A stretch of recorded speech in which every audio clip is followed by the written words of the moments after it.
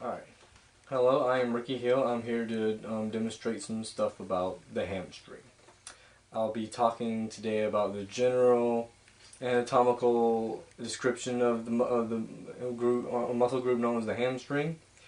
I include some general information like where it is on the body, the origins and insertions of the muscle, actions, and 6 exercises to help strengthen it. Two exercises to help stretch the muscle, and some general performance mistakes and considerations that might come up during the exercise.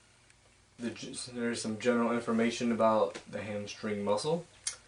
It is consisted of 3 muscles. In fact, it is the biceps femoris, the semitendinosus, and the semimembranosus.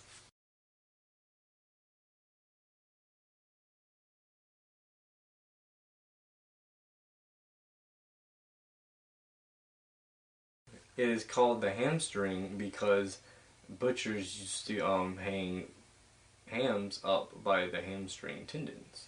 General location of the hamstring is in the posterior thigh, which means the back. This would be the posterior thigh where the hamstrings lie. The origin of the majority of the muscles is the ischial-tuberosity, which is up in your rump area.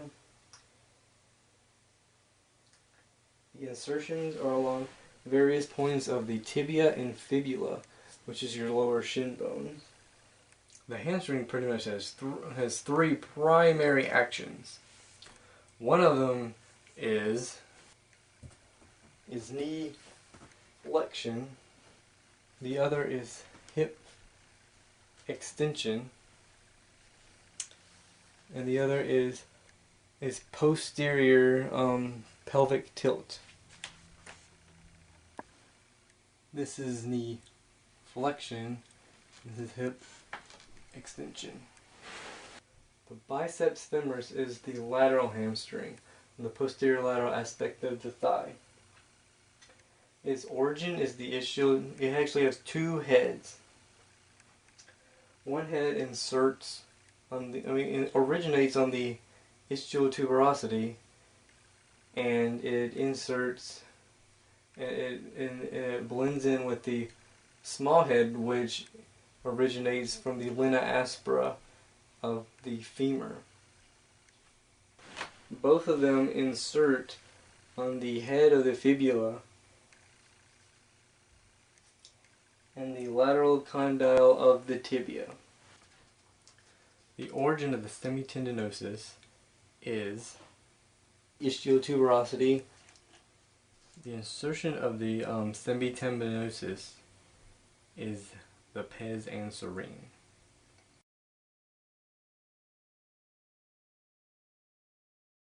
The origin of the semimembranosus is the ischial-tuberosity. The insertion of the semimembranosus is the medial condyle of the tibia on the posterior surface.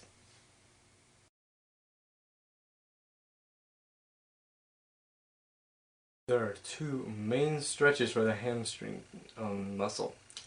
These are important because the hamstring is often the one that's most strained and the one cramps out a lot.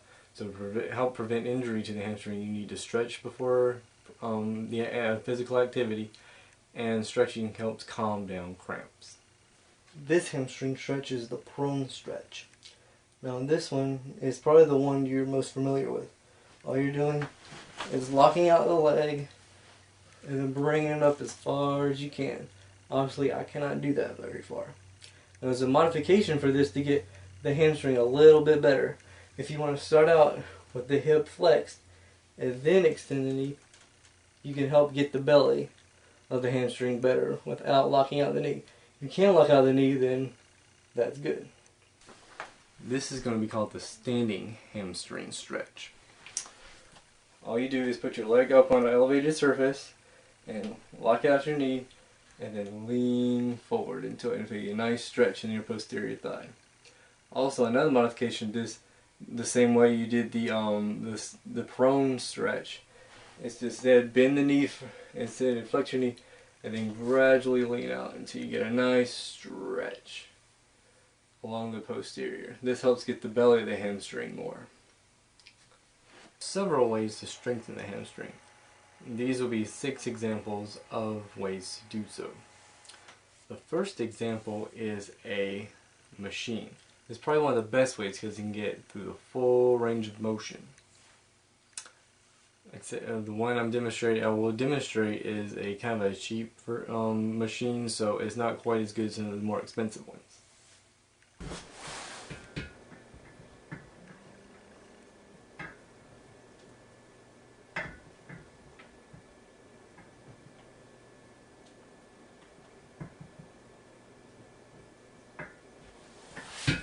A way you can do some hamstring strengthening at home is just some hamstring curls with cuff weights or TheraBands. I'll demonstrate with cuff weights.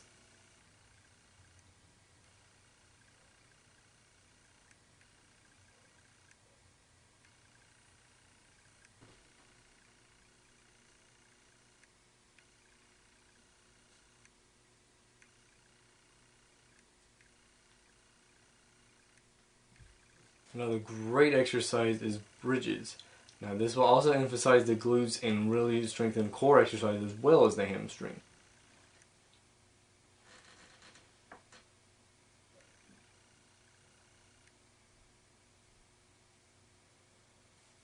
Negatives are also really good to get certain areas of the hamstring that often are missed, as I will demonstrate. This exercise of the hamstring really emphasizes eccentric contractions, which helps really strengthen the muscle up. And I'll demonstrate here. There's this called various things. I just like to call them negatives. And here it goes. The exercise is basically somebody's holding your feet, which you couldn't see because it was off frame. And then you just gradually go down at the knees until you cannot possibly, and you just kind of drop down.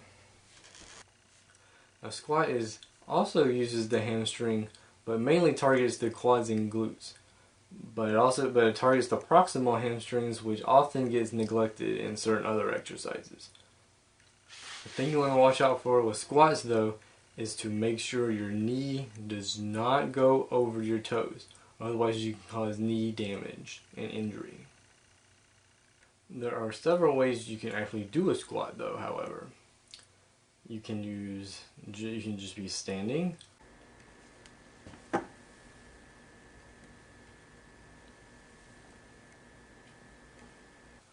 or you can be doing a wall sit,